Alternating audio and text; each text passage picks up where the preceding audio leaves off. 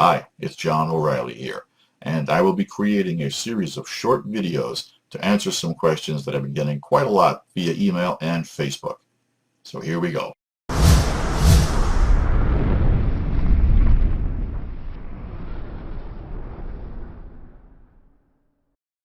Okay, here's another question, and this one is interesting. How do I research what to do first? Well, like I said, this is an interesting question. Interesting because the way that people who operate inside of the product creation field, they look at research different than you might look at research. A lot of these people just take a look around them and they pay attention to circumstance. They pay attention to what is going on in the world and try to create a product that will fill a void. It really comes down to training your eyes to look different or to look differently at things. They think in terms of creativity almost 100% of the time.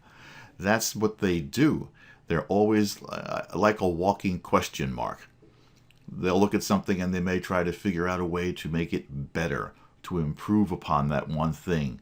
They might look at creating a more productive way to get things done on a daily basis. Like I said, you can find all the research that you need, all of the sources for inspiration right outside your own front door. The real problem is that we are raised to be consumers. Very few of us are ever raised to be creators of any kind of value whatsoever. That's why so many get stuck with this entire research thing on what to create. How do I create it? What do I do first? And it's not your fault. You were raised with that consumer mindset that was instilled at a very young age inside of you. Even though we are artists, we still have that mindset ingrained from that very young age by our parents or by friends or your friends' parents. That could have been planted there ages ago. And it's something that you have to let go of in order to come from a point of creativity and problem solving. You know, you may have also been told when you're a kid that you're a daydreamer and that it was bad to be that way. Well, most of the successful people that I know are habitual daydreamers. And that is where some of the best ideas come from. When your mind is at such a relaxed state and that thoughts can flow evenly and freely without any thoughts of feeling guilty about it. Now, I'm not saying to sit around and daydream all day long. That's not what I'm saying at all. What I am telling you is that you have to develop a way to free your mind and to free yourself from the past inhibitions regarding creating something, creating a product. You know, that's really what it comes down to. How do you free your mind up and get rid of the past guilt of association with being successful or daydreaming?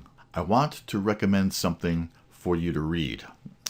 Google Earl Nightingale, The Strangest Secret, and it'll probably bring you to a downloadable PDF where you can read this amazing story about this amazing individual. And it's true.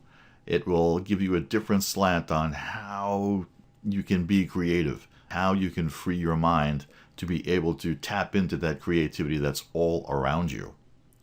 And as artists, it's not that far of a stretch as far as creativity goes.